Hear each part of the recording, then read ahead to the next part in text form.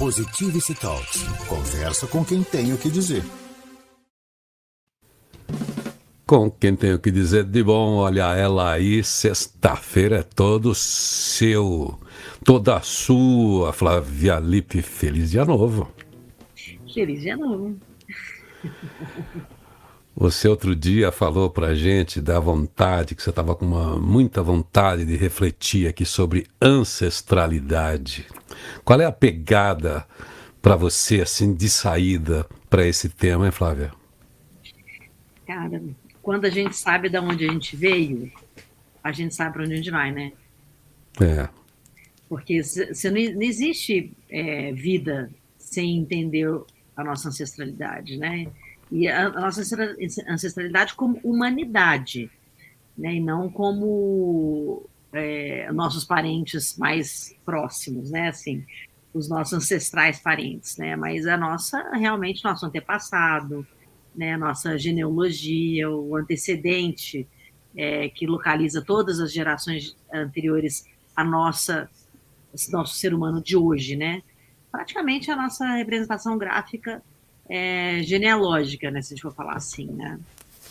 Pois é, esses dias, nesse mês de outubro, né, dia 3, lá o Instituto Karolinka, lá do Nobel da Paz, ele premiou, inclusive, um cientista que ele traz luzes também de quando a gente se tornou humano dentro desse processo de evolução, né? Uma pesquisa com os hominídeos, né? E é interessante, passa a estabelecer um marco. E uma coisa tão curiosa desse cientista, porque ele ganhou o Nobel esse ano, e o pai dele ganhou o Nobel de Medicina também, décadas atrás, muito, muito curioso. Mas ele está falando disso, olha, abre um campo de estudo, que é isso que é do seu interesse, que também é da minha curiosidade, que é isso. Quando é que a gente começa a ser humano? Quando é que a gente se distancia dos outros bichos? Como é que é isso, né?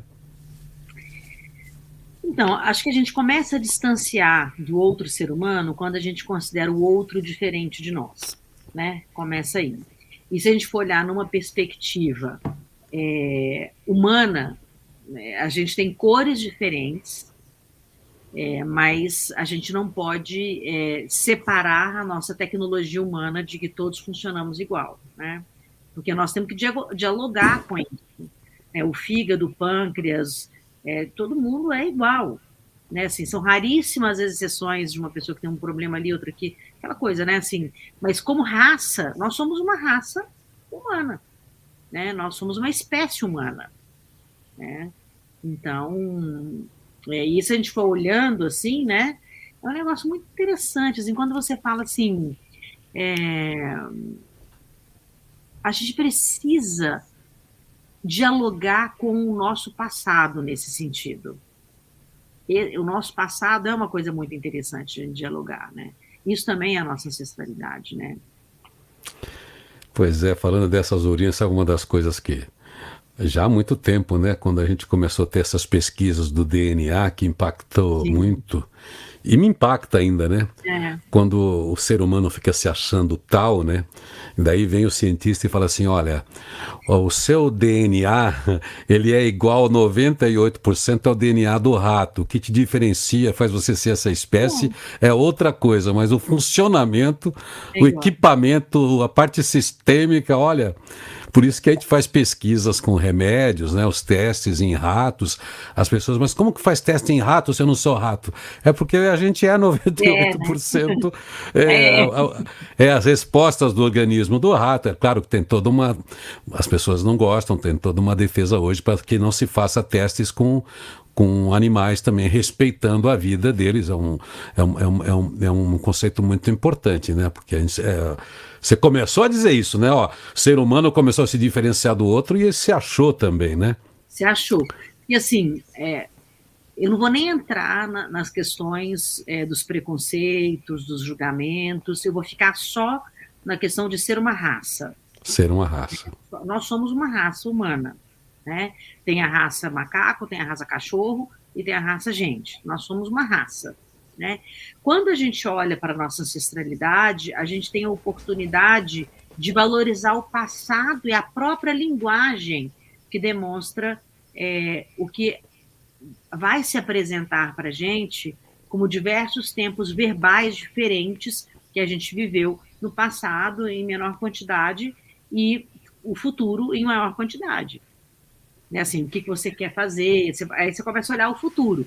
Mas o nosso presente, ele é regado por essa ancestralidade. Então, quando a gente olha para trás, a gente tem que lembrar nossas origens, os nossos valores, as nossas crenças, como a gente se define, como a gente é hoje, quais são as couraças defensivas mais flexíveis e as mais duras. Olhar para trás é ver essas raízes, né? E, às vezes, o nosso comportamento de hoje está nas nossas raízes, né? E a gente olhar isso, os nossos ancestrais lutavam muito para sobreviver. Eles evoluíram para que a gente pudesse, hoje, estar aqui onde a gente está, com possibilidade de escolha e exercício de autonomia. Mas eles já não tiveram isso, né? Você falou tudo. A gente consegue olhar aí pelas pesquisas, a paleontologia, ver aí as nossas mudanças físicas, como é que a gente era e tal. Mas tem algo muito presente na gente que é o comportamento, né? Por causa da evolução do cérebro, e um sistema que tem que funcionar ainda como funcionava há 1 milhão de anos atrás, há 300 mil anos atrás, que nos garantiu chegar até aqui, precisa estar aqui com a gente para que a gente vá mais 200, sei lá quanto tempo à frente, preservando a espécie, né? A gente evoluiu como espécie a partir dos comportamentos da adaptação dos ambientes, né? E as descobertas das nossas emoções, porque a gente vivia basicamente para a sobrevivência. Mas o nosso cérebro em si ele não evoluiu, né? A nossa caixa torácica, a gente mesmo, assim como raça, a gente não evoluiu, né? E esse é um grande problema, se a gente for pensar, né? Que a gente tem software novo rodando num hardware ancestral, né? Mas, por outro lado, se você entende ancestralidade, você quebra esse problema.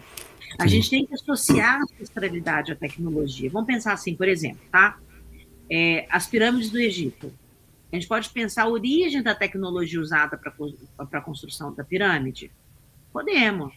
Né? Por que alguns custam a atribuir essa tecnologia avançada a pessoas humanas? Por que eles preferem pensar que eram seres de outros planetas que construíram as pirâmides? Certo? Não é. É porque a gente quer negar a nossa ancestralidade.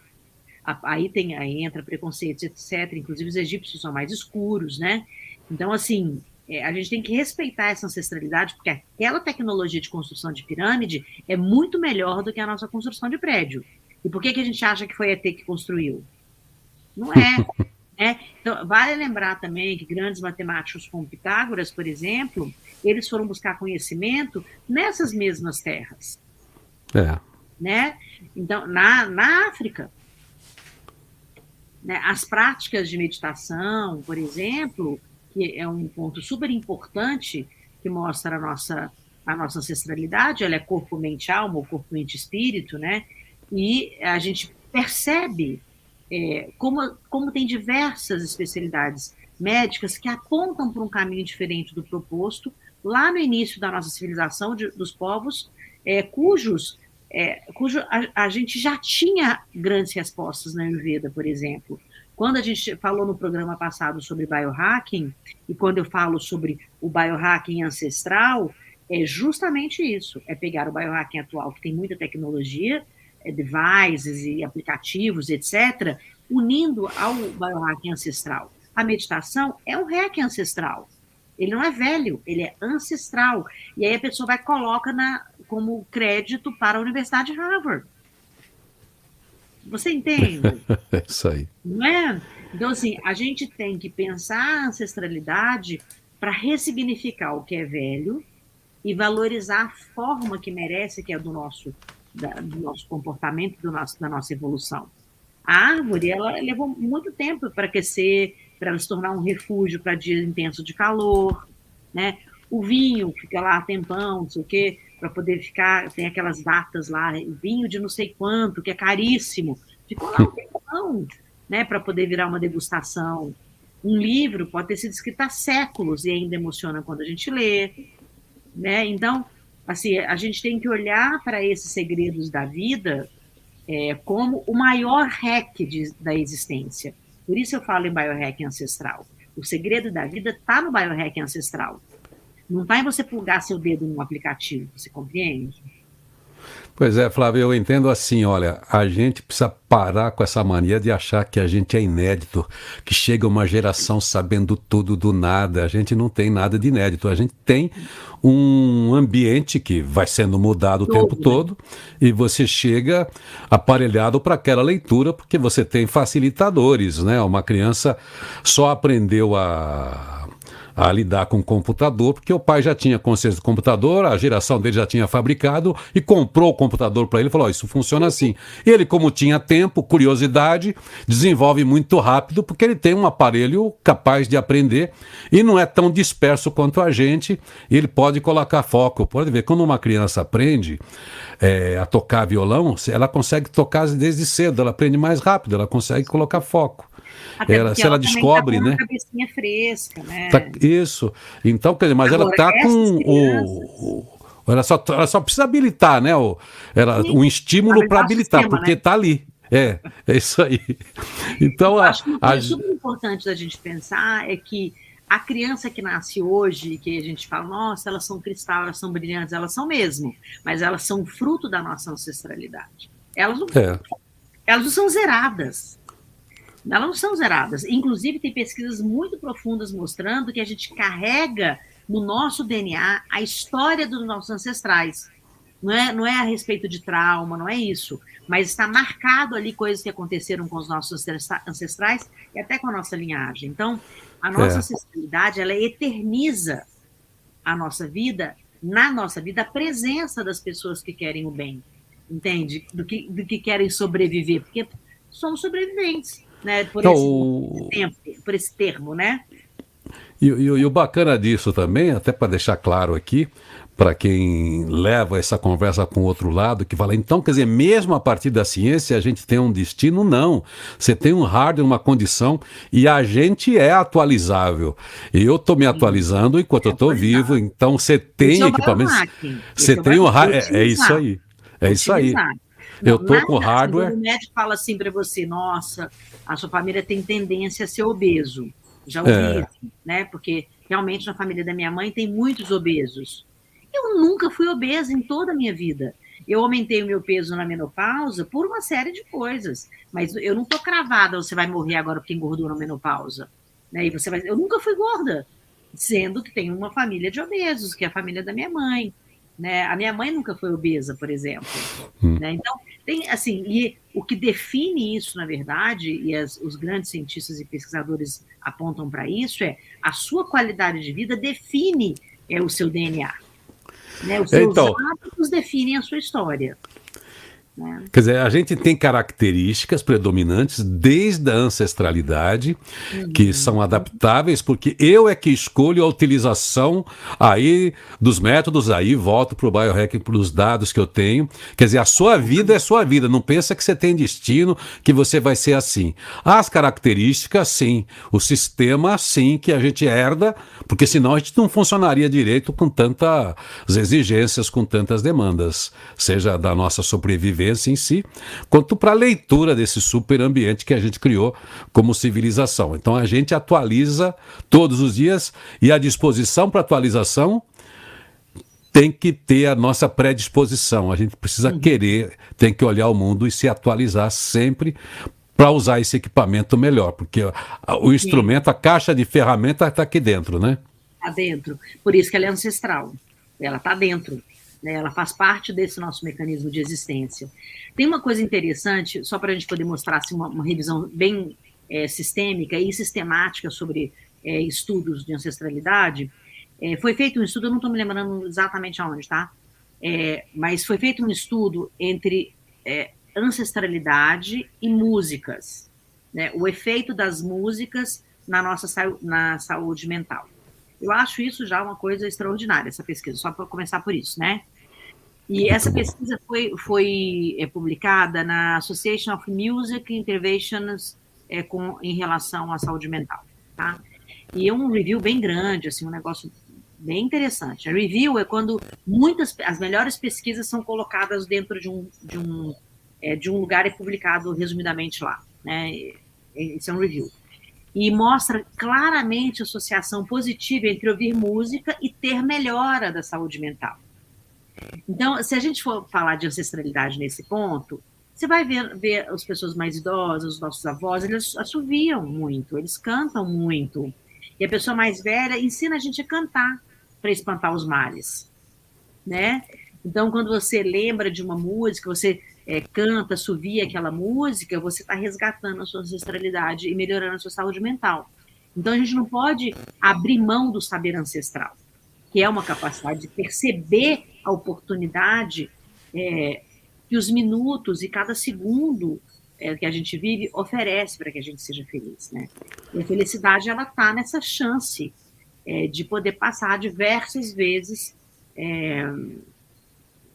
sabe, nas nossas histórias e anotar tudo o que aconteceu, né? Quando você vê uma pessoa contando uma história, ela está contando uma história ancestral, né? E se você souber realmente analisar esses dados, transformar isso na sua história, você se cura. Né? Quer dizer, você entende por que você é assim, a gente fala disso sempre, por causa dessas características mais próximas que a gente tem dos nossos ancestrais aí, da mãe, do avô, do bisavô. Mas você falando da música, você vê que eu tenho todos os dias aqui, eu sugiro todos os dias de manhã, porque tem gente que já acorda pesado. Então, por isso que eu tenho uma sessão aqui, desafina comigo. Não importa que você desafina, canta uma música, porque às vezes você está pesada, não sei o que, é melhor assoviar. É um jeito de fazer uma faxina, de mexer com o seu estado mental. Dentro daquilo que eu ouço de você e de outras pessoas, assim, ó, neurociência é isso aí. Você precisa, às vezes, dar uma mexida, dar uma arejada, porque os nossos pensamentos viciam lá, o nosso sistema interno, mental, as nossas emoções viciam por causa das nossas dores, angústias, frustrações e tal. E aí você põe uma música, daí a pouco você está dançando, a música é sofrência, mas você está dançando, porque a melodia... E eu acho que esse é um exercício. E a música também, puxa vida, você falando ancestralidade, eu estou pensando em descendência aqui. Das emoções lindas da minha vida, a minha netinha, a Mel, ela fazendo aula de música, e tinha lá um dia de apresentação, eu com essa minha agenda, não, ela quer que você vá, ninguém me falava, e eu consegui chegar naquela sexta-feira tarde demais na apresentação, naquele ginásio onde eu estava, atrasaram o negócio porque eu tinha que chegar, e ela ainda estava timidazinha, agora ela está bem, mas ela falou assim, por que ela queria que eu estivesse lá? Porque ela ensaiou uma música que eu, que sou um desafinado, não um desafinado que nem o João Gilberto cantava, ensinei a cantar. Eu queria que meu avô estivesse aqui, porque eu aprendi essa música com ele. E você sabe que música que é? É uma música que é da sua infância, da minha infância. É o Se esta rua fosse minha. Não é nem a letra. É uma melodia que ficou na cabeça dessa criança e criou uma memória para ela, que eu trouxe para ela, que eu trouxe essa memória dessa música, sei lá, da minha infância, que eu recebi, enfim, é uma música que tem mais de 100 anos, né? Mas é muito interessante, eu estou falando mais por causa dessa transferência. É um código emocional que eu deixei para minha descendência, eu já tenho um código biológico com ela, uma parte é minha. Agora, eu também, pelos meus afetos, pelas minhas memórias, pelas minhas emoções, pela música, eu também levei alguma coisa a mais para ela. Eu acho que se isso faz sentido com o que você disse. Interessante, faz total sentido. Mas olha quem ela pediu para ir na apresentação. O vovô. Você entende? Como a ancestralidade ela puxa isso? Ela pediu o vovô. Que tem um respeito aí, né? Entendeu? É lindo isso, né? Mas é muito legal que se a gente estuda além das características físicas, é isso e aquilo, a gente passa a entender a gente passa a agir também preventivamente, seja em relação às encrencas que a gente traz da ancestralidade, de alguma doença, de alguma característica genética que pode se reproduzir, que não é boa, a gente consegue se defender hoje, quanto aproveitar também as coisas, as boas heranças que a gente tem, né? Sim. Ai. Mas é muito legal, eu acho que quem está ouvindo a gente está pensando aí é legal essa ancestralidade próxima. porque a gente enxerga. Eu com esse negócio de tantos eventos, nós que gostamos de falar desse mundo da economia da informação, da exponencialidade, da mudança acelerada, a gente que passou por tantos empregos na nossa geração, outro dia eu estava vendo os meus crachás de rádio e TV, tem mais de 30. Então, as pessoas vão fazer o meu currículo daqui e dali. Antigamente é o Irineu da Manchete, mas enquanto eu estava lá, depois eu sou da Eldorado, Irineu da Cultura, Irineu da não sei o quê. Então, quer dizer, eu não sou de lugar nenhum desses. Daí eu comecei a apresentar, eu disse, olha, se você não lembrou de nenhum lugar desses, eu sou filho da Dona Eulália, sou neto da Josefa. Não, e aí você vai, né? E aí você vai. Mas é um jeito de trazer para o chão e dizer, antes de mais nada, né? Aí a gente está falando de coisas muito próximas. Né? Muito próximas, afetivas, né? Eu estou falando de coisas que te remetem mesmo à sua existência como humano nesse planeta, né? Que, obviamente, você só existe porque você nasceu de uma mulher, que era sua mãe, que era filha da sua avó, né? Mas, e isso, claro, quando a pessoa perde esse fio da meada também, já é um grande problema, né? Quando ela perde o fio da meada. Porque por que as pessoas querem saber quem são seus pais biológicos? Você já pensou nisso? É uma angústia, né? Quem não conhece, né? É uma angústia. Pô, lógico, porque você quer saber de onde você veio. E saber de onde a gente veio é reconhecer a nossa ancestralidade. Reconhecer que nós somos. O caminho próximo é esse. Eu também, quando eu tive a oportunidade de viajar para fora do Brasil, minha primeira viagem para o exterior foi no vilarejo onde viveu a minha avó Josefa na Espanha, um lugar que está lá intacto do jeito que ela deixou, porque é um lugar ruim pra caramba, lugar de pobre, lugar quente, lugar onde a terra não dá nada, enfim. Mas eu tinha, por algum motivo, isso me levava, certamente meus irmãos também. Mas é muito legal a ancestralidade, ainda falando do afetivo, que tem toda essa profundidade do estudo que você traz, mas eu também, quando eu olho para um neto, eu falo assim, isso aqui é minha eternidade visível, porque de qualquer maneira ele vai me carregar no genes, no filho, o neto dele. E aí você falou uma coisa muito interessante, cara, você falou sua eternidade visível, né? Você sabe por que as pessoas têm esse desejo muito grande de registrar todos os acontecimentos da vida na internet? É uma forma de você deixar um legado e é uma forma de você eternizar quem você é. Porque o medo de você ser esquecido também está na nossa ancestralidade, na nossa sobrevivência, entendeu? Por isso que a gente tem que ligar a ancestralidade à tecnologia e não separar ela da tecnologia. Sim. Eles não sabiam de nada, entendeu?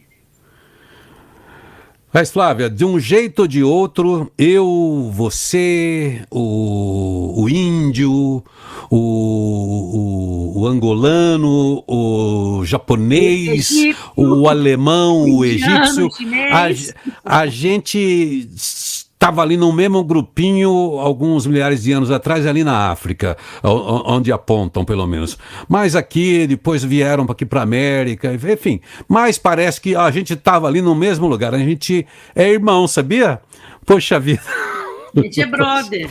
A gente é brother, entendeu? Então, todo filho de Deus, você vê, tudo dentro de uma mesma raiz humana aí, volta para sua conversa, nós temos uma origem humana. Deus colocou cores diferentes só para divertir a gente, para ficar tudo colorido, e falar, que legal! Tem um branco, amarelo, um marronzinho, tem um mais pretinho, tem um mais verdinho, tem gente, né? Hoje tem um verde escritório, né? Então... acho que, sabe, é uma diversão de Deus. O Pablo Picasso fala assim, Deus não tinha nenhum estilo.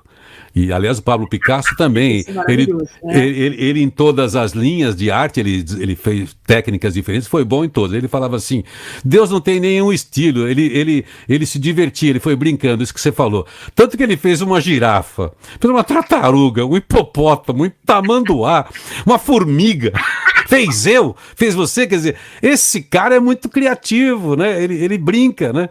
Ele brinca com as coisas. Deus é criança. Flávia. Isso é muito bonito, esse negócio, né? Que ele fala. É muito bonito. Essa era especial mesmo. Flávia, conta mais. Encerra esse papo aqui e a gente volta na próxima sexta com outro assunto qualquer e bom, porque a conversa é sempre boa, é sempre nutritiva aqui. Ó, já estou ansiosa para saber o que nós vamos falar na sexta-feira. Vou ficar pensando para a gente poder pensar junto o que nós vamos conversar na próxima sexta, hein? Vamos falar de sonho que se sonha acordado semana que vem? Acho que eu gosto disso. Quero falar sobre isso sim. Vamos fazer o seguinte, então você vai pensando, acorde para sonhar. Então aí a gente pensa nisso aí, vamos acordar para sonhar. O sonho bom é esse que se sonha acordado e anda a favor dele, certo? Certo. Então um beijo para você. Obrigada. E para todos os seus ancestrais até 300 mil anos atrás, tá? Isso. Tchau. Tchau. Positivity Talks. Conversa com quem tem o que dizer.